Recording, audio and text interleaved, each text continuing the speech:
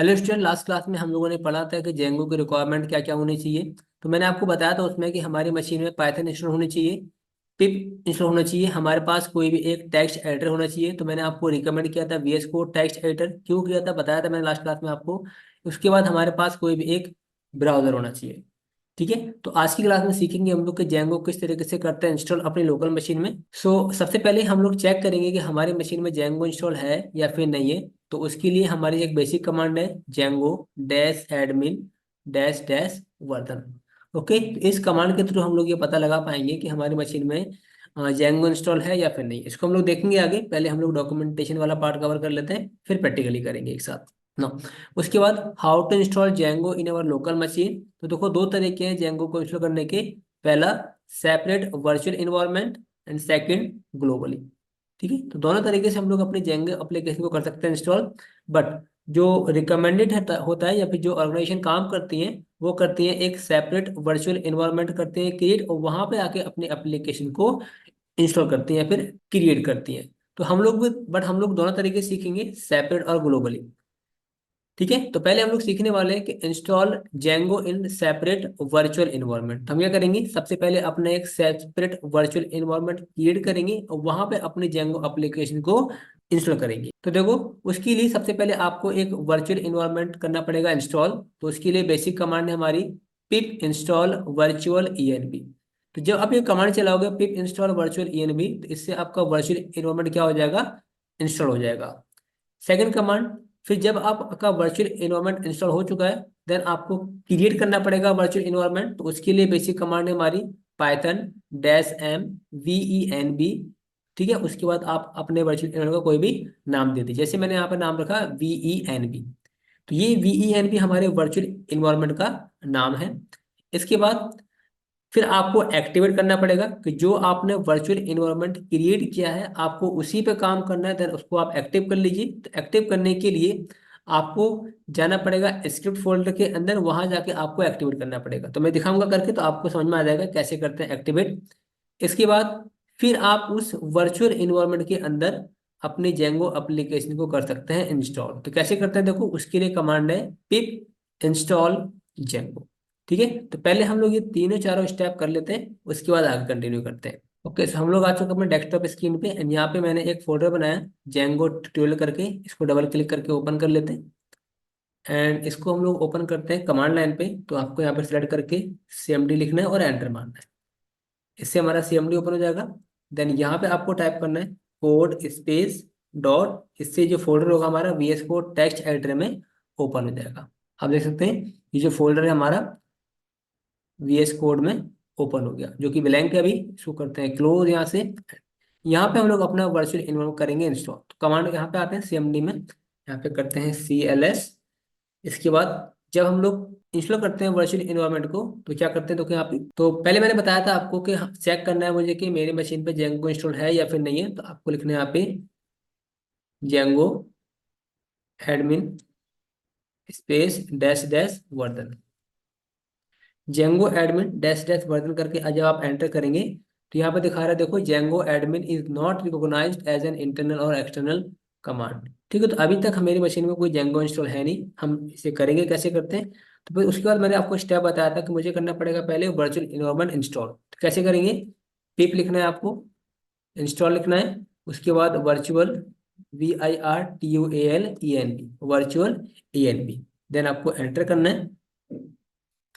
तो यहाँ पे हमारा वर्चुअल इन्वायरमेंट इंस्टॉल होना स्टार्ट हो जाएगा। तो यहाँ पे दिखा रहा है रिक्वायरमेंट ऑलरेडी सेटिस्फाइड, मीन्स कि मेरी मशीन में पहले से ही वर्चुअल इन्वायरमेंट इंस्टॉल है।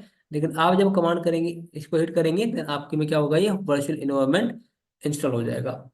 इसके बाद फिर आपको क्या करना है, ये हो गया। अब आपको वर्चुअल इन्वायरमेंट क्रिएट करना है। तो उसके लिए कमांड बताई थी मैंने आपको, पाइथन डैश एम। ठीक है, देन आपको लिखना है VENV। ठीक है, देन स्पेस देने के बाद आपको अपने वर्चुअल इन्वायरमेंट का नाम डालना है। तो मैंने लिखा ENV लिखा, वर्चुअल इन्वायरमेंट नाम क्या लिखा हमने, ENV। इसके बाद आपको लिखना है एंटर, सॉरी एंटर मारना है आपको। देन क्या होगा, हमारा ENV नाम से एक फोल्डर बनेगा और इसमें आपको काफी सारी फाइल्स देखने को मिलेंगी। तो ये मैक्सिमम 10 से 15 सेकंड लेगा। तो हमारा वर्चुअल इन्वायरमेंट हो गया क्रिएट। चेक करते हैं, चलते हैं अपने फोल्डर में। एंड यहाँ पे आप देखेंगे तो ENV नाम से हमारा एक फोल्डर बना, इसको अगर हम ओपन करते हैं डबल क्लिक करके, इसके अंदर हमारे को एक मिलती है इंक्लूड फाइल, एक लिव फाइल एंड स्क्रिप्ट। तो आपको जाना है स्क्रिप्ट के अंदर। देन स्क्रिप्ट में आप देख रहे हैं यहाँ पे एक्टिवेट लिख के, इसको करना है हमको एक्टिवेट। तो कैसे करते हैं एक्टिवेट ये सीखेंगे, बट इससे पहले मैं आपको दिखाता हूँ यहाँ पे VS कोड में। तो यहाँ पे देखो आपको ENV फाइल मिली हमको, एंड इसमें स्क्रिप्ट के अंदर हमको ये एक्टिवेट का ऑप्शन, ठीक है, इसको आपको छेड़ना नहीं है, बस ये एज इट इज रहेगा। एंड इसी ENV के अंदर हमको अपना जेंगो करना है इंस्टॉल। तो कैसे करेंगे देखो, एक्टिवेट करना है आपको। तो एक्टिवेट करने के लिए पहले आपको मूव करना पड़ेगा CD ENV फोल्डर के अंदर, क्योंकि आपको पता है कि सबसे पहले हमारा क्या है, एक ENV फोल्डर है। तो ENV में जाना है आपको, यहाँ पे देखो ENV में जाना है। ENV के बाद आपको स्क्रिप्ट में जाना है, एंड इसके बाद आपको एक्टिवेट करना है। तो ENV में गए, इसके बाद CD, फिर स्क्रिप्ट में जाना है आपको, एंड देन एक्टिवेट लिख के आपको एंटर मारना है। सिर्फ आप ए लिख के भी अगर टैब दबाएंगे ना, ए लिख के टैब दबाएंगे तो ऑटोमेटिक उसको सेलेक्ट कर लेगा। देन जैसे आप एंटर करेंगे तो यहाँ पे देखो आप, जो उसका लेफ्ट साइड में आपको पैरेंथेसिस के अंदर ENV का एक ऑप्शन नजर आएगा। इसका मतलब हमारा जो एनवायरनमेंट है वो एक्टिवेट हो चुका है।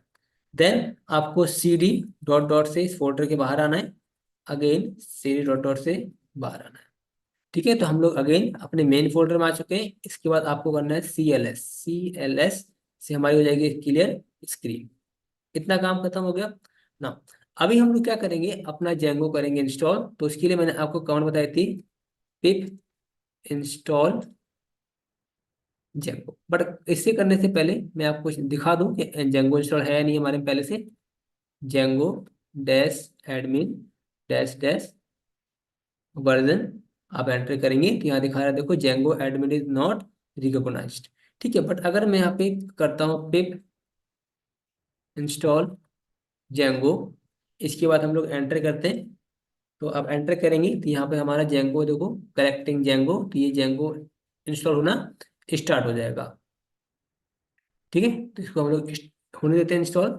ये मैक्सिमम 10 से 15 सेकंड लेगा और ये हमारा जेंगो इंस्टॉल होके रेडी हो जाएगा ना। हमारी जो जेंगो है वो इंस्टॉल हो चुकी है, देखिए आप, सक्सेसफुल इंस्टॉल। ठीक है, एंड इसके बाद हमको ना यहाँ पे देखो ये बताता है कि to update run python.exe dash m pip install and upgrade pip. तो अगर आपको अपना पिप को करना है अपग्रेड, देन आप इस वाली कमांड को एग्जीक्यूट कर सकते हो। तो इसको हम लोग यहाँ से कर लेते हैं कॉपी, Ctrl+C से कॉपी करेंगे एंड यहाँ पे आगे इसको पेस्ट कर देंगे। इसके बाद आप एंटर करेंगे तो जो हमारा पिप का वर्जन है वो हो जाएगा अपग्रेड, जबकि मेरा ऑलरेडी अपग्रेड ही था 23.3.1।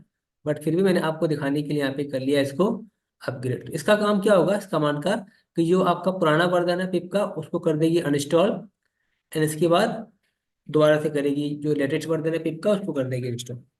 ठीक है, ये भी आपकी 10 से 15 सेकंड लेगी, एंड इसके बाद ये आपका पिप का जो लेटेस्ट वर्जन है वो इंस्टॉल हो जाएगा। ठीक है, देख सकते हैं आप, सक्सेसफुली इंस्टॉल पिप।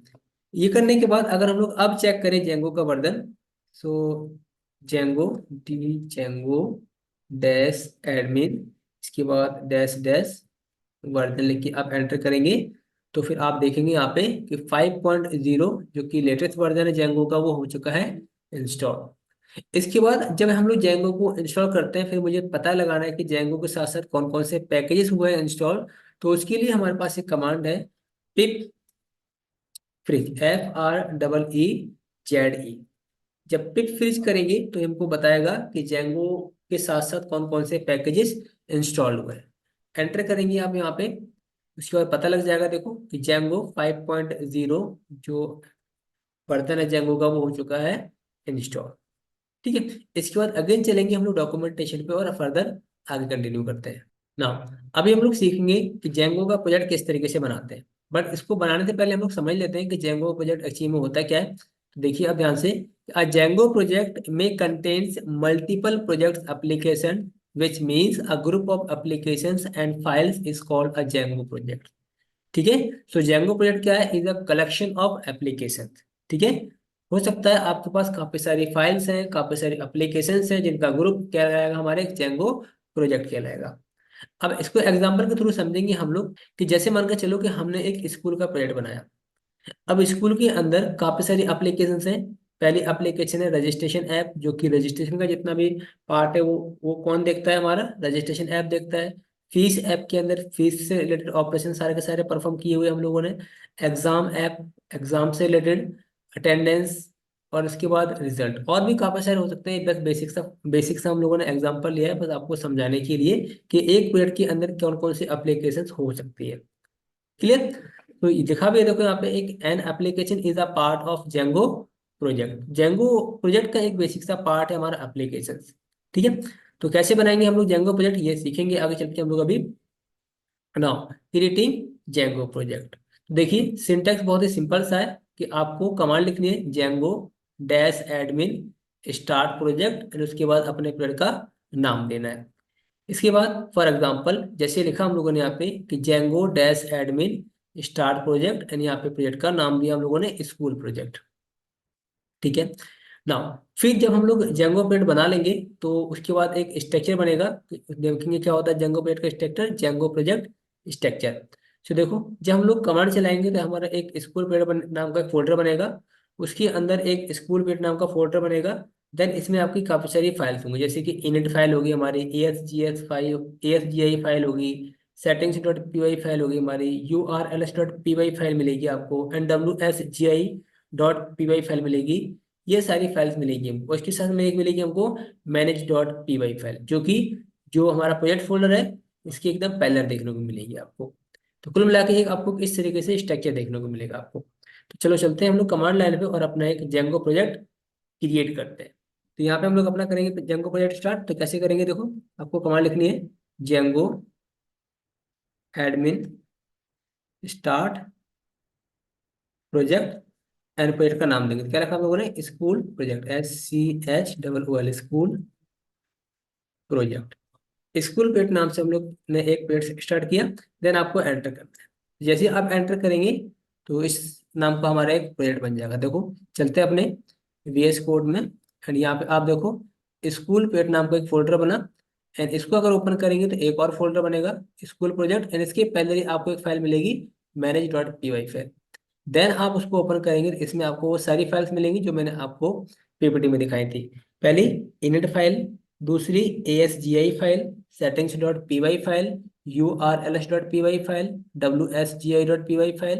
ठीक, इसको समझेंगे कि किस फाइल का क्या काम है। अगर हम लोग बात करें इनिट फाइल क्या काम करती है हमारी, तो इनिट फाइल क्या है, इनिट फाइल बताती है कि ये जो आपका स्कूल पेड जो फोल्डर है, ये फोल्डर ना होकर एक पैकेज है आपका। ठीक है, तो पैकेज को रिप्रेजेंट करने के लिए आपकी इनिट फाइल होती है, और ये आपकी एम्प्टी फाइल होती है, इसमें कुछ भी कंटेंट देखने को नहीं मिलेगा आपको। ठीक है ना, सेकंड जो है हमारी ASGI फाइल, ये ASGI का स्टैंड फॉर होता है असिंक्रोनस सर्वर गेटवे इंटरफेस। ठीक, असिंक्रोनस सर्वर गेटवे का मतलब कि जब आप अपने एप्लीकेशन को डिप्लॉय करते हैं सर्वर पे, उस टाइम आपकी जो ASGI फाइल जो है काम आती है, अदरवाइज लोकली आपको इसकी कोई आवश्यकता नहीं पड़ने वाली। इसको अभी हम लोग यहाँ से हटाते हैं, जरूरत है नहीं। Settings dot P Y file, ये हमारी जो सेटिंग्स फाइल है ये काफ़ी इंपॉर्टेंट फाइल है।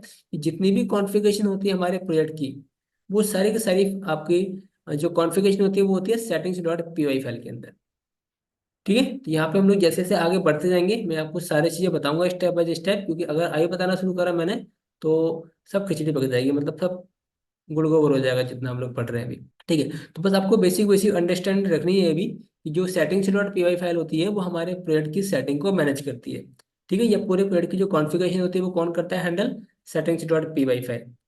इसके बाद URLs dot P Y file होती है, ये जितने भी रूट्स होते हैं हमारे एप्लीकेशन के, ठीक, वो URL हैंडल करने के लिए हम यूज करते हैं अपने URLs dot P Y file को। इसके बाद जो manage dot P Y file है या फिर WSGI वाली फाइल है, इसका मतलब होता है web server gateway interface. W4 web, S4 server, G4 gateway, and I4 interface. ठीक, तो ये क्या काम होते हैं, जब भी हम लोग अपने एप्लीकेशन को डिप्लॉय करते हैं सर्वर में, तो वो कम हमारा सर्वर किस तरीके से कम्युनिकेट करेगा हमारी वेब एप्लीकेशन के साथ, तो इसकी जो कॉन्फ़िगरेशन होती है वो हम लोग कहाँ पे करते हैं, WSGI वाली फाइल के अंदर करते हैं।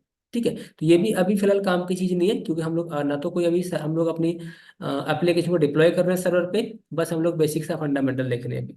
तो यहाँ पे जो दो फाइल हैं ये मैंने बता दी कि ये भी अभी काम की नहीं हमारी, और WSGI भी काम करिए। लेकिन दोनों का जो मीनिंग है वो मैंने बता दिया कि जब हम लोग अपनी वेबसाइट को डिप्लॉय करते हैं सर्वर पे या लाइव करते हैं अपनी वेबसाइट को, तब हमको इन दोनों फाइल की आवश्यकता पड़ती है। उससे पहले ये हमारे किसी काम की नहीं है अभी। क्लियर। देन हम बात करते हैं manage.py फाइल। तो manage.py क्या करती है, ऑटोमेटिकली क्रिएट होती है जब भी हम लोग अपना प्रोजेक्ट बनाते हैं जेंगो का, जैसे कि आपने अभी देखा। एंड ये क्या करती है, एप्लीकेशन को मैनेज करने का काम करती है। मैनेज का मतलब कि हमारा प्रोजेक्ट कैसे काम करेगा इंटरनली। अगर मुझे अपने एप्लीकेशन को रन करना है तो रन करने के लिए हम लोग मैनेज का यूज़ करेंगे, आगे चल के पता लगेगा। और जेंगो का जो एडमिन पैनल है उसको कौन करेगा मैनेज, वो भी हमारी जो manage.py फाइल है वही करेगी मैनेज। ठीक है। तो कह सकते हो आप कि ये सबसे इंपॉर्टेंट फाइल होती है हमारी प्रोजेक्ट की। इसके बिना हमारा प्रोजेक्ट डेड, कुछ भी नहीं है।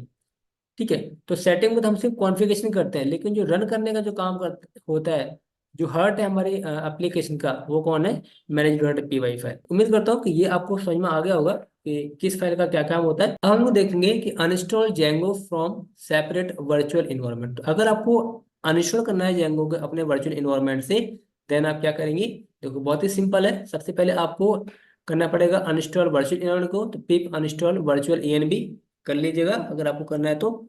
उसके बाद अगर आपको रिमूव करना है वर्चुअल इन्वायरमेंट, देन आप यूज करेंगे RM वर्चुअल ENB। एंड उसके बाद अपने वर्चुअल इन्वायरमेंट का नाम जो कि हमने रखा था ENB लिखेंगे, तो ऑटोमेटिक क्या हो जाएगा, ये रिमूव हो जाएगा आपका वर्चुअल इन्वायरमेंट। एक्टिवेट, तो एक्टिवेट तो बता दिया था मैंने आपको। उसके बाद अगर आपको जेंगो करना है अनइंस्टॉल, देन उसके लिए आपको कमांड लिखनी है यहाँ पे पिप अनइंस्टॉल जेंगो, से हमारा जेंगो भी हो जाएगा अनइंस्टॉल। बट ये अभी हम लोग नहीं करेंगे क्योंकि अभी हम लोगों ने क्या करा है, जेंगो का प्रोजेक्ट बनाया है ना। बट अभी हम लोग ये सीखेंगे कि अगर सपोज करो आपने जो प्रोजेक्ट बनाया है उसको रन करना है तो कैसे करेंगे रन, ये मैं बताता हूँ आपको। बट आपको ध्यान से समझना पड़ेगा ये चीज़, क्योंकि ये काफ़ी बच्चे गलतियाँ करते हैं। तो देखो हमने ये करा, हम अभी कहाँ पर, हमें अभी जेंगो ट्यूटोरियल के अंदर ये हमारा पाथ है।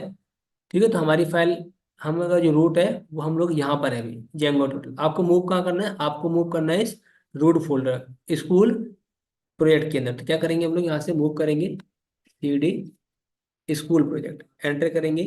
ठीक। तो अभी आप कहाँ पर आ गए, अभी हम लोग जंप कर चुके हैं यहाँ पे। ठीक। अब यहाँ पे देखो इसी फोल्डर के अंदर हमारी फाइल है manage.py फाइल। देन यहीं से हम लोग अपनी एप्लीकेशन को रन करेंगे। तो रन करने के लिए हमको अपना जेंगो का जो सर्वर मिलता है बाय डिफॉल्ट, उसको करना पड़ेगा रन। तो कैसे करेंगे, देखो आपको लिखना है पाइथन manage.py, इसके बाद रन SER पर। ठीक है। तो पाइथन manage.py रन सर्वर लिख के आप एंटर करेंगे, तो जो हमारी जेंगो एप्लीकेशन है, ये जेंगो प्रोजेक्ट है, वो रन हो जाएगी। देखो ठीक है, रन हो गई। यहाँ पे दिखा रहा है कि जो उसका पोर्ट नंबर है वो कितना है, 8000। तो उसके लिए हम लोग ब्राउजर ओपन करते हैं। एंड यहाँ पे आके हम लोग क्या करेंगे, एक नया टैब ओपन करते हैं। एंड यहाँ पे लिखेंगे हम लोग local host colon port number 8000 लिख के जब आप एंटर मारेंगे, तो यहाँ पे देखो डिफॉल्ट पे जेंगो का वो आपको देखने को मिलेगा। और यहाँ बता रहा है देखो the install work successfully, congratulation. इसके बाद अगर आप अपने सर्वर को स्टॉप करना चाहते हो, देन आपको शॉर्टकट की दबानी है Ctrl+C। Ctrl+C करेंगे तो जो हमारा सर्वर है वो स्टॉप हो जाएगा। उसके बाद अगर आप सर्वर को यहाँ पे अपने वेब पेज को रिफ्रेश करेंगे, this site can't be reach, local host refuse to connect, क्योंकि इसको इसका कनेक्शन अभी रिफ्यूज हो चुका है, टूट चुका है। कनेक्शन बनाने के लिए दोबारा से आपको अपना सर्वर स्टार्ट करना पड़ेगा। कैसे करेंगे, देखो बताया था मैं आपको भी कि पाइथन manage.py रन सर्वर लिख के एंटर करेंगे, तो आपकी एप्लीकेशन रन हो जाएगी। इसके बाद आप ब्राउजर पर जाएंगे, फिर क्लिक करते हैं हम लोग, देन पेज को रिफ्रेश करेंगे, अगेन आपकी एप्लीकेशन रन कर जाएगी। ठीक है। तो ये फंडामेंटल आज का, बाकी कंटिन्यू करेंगे नेक्स्ट क्लास में नए टॉपिक के साथ। तब तक के लिए बाय बाय।